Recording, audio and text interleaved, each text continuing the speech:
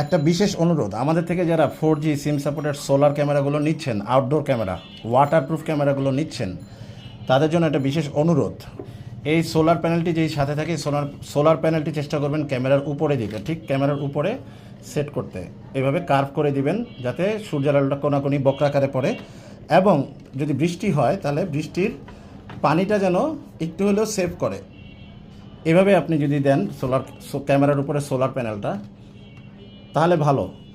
আরও বেশি ভালো হয় যদি আপনি ক্যামেরার এই ক্যামেরাটার উপরে কোনো একটা শেড দিয়ে রাখতে, সামনের দিকে যতটুকু বাড়ানো সম্ভব একটু কার্ভ করে এভাবে যদি ক্যামেরাটা লাগান, তাহলে একটা শেড একটু নিচের দিকে ঢালু করে শেড দিয়ে রাখেন, তাহলে কিন্তু আপনার ক্যামেরাটা অনেক দিন চলবে।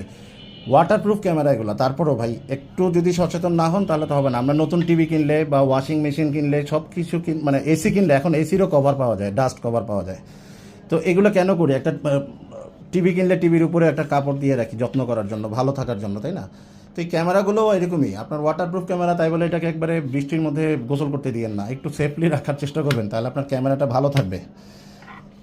এটা হচ্ছে একটা বিশেষ অনুরোধ টুলবক্স বিডির যত রকম কাস্টমার আছেন, সম্মানিত ক্লায়েন্ট, আপনাদের জন্য এটা আমাদের স্পেশাল একটা রিকোয়েস্ট।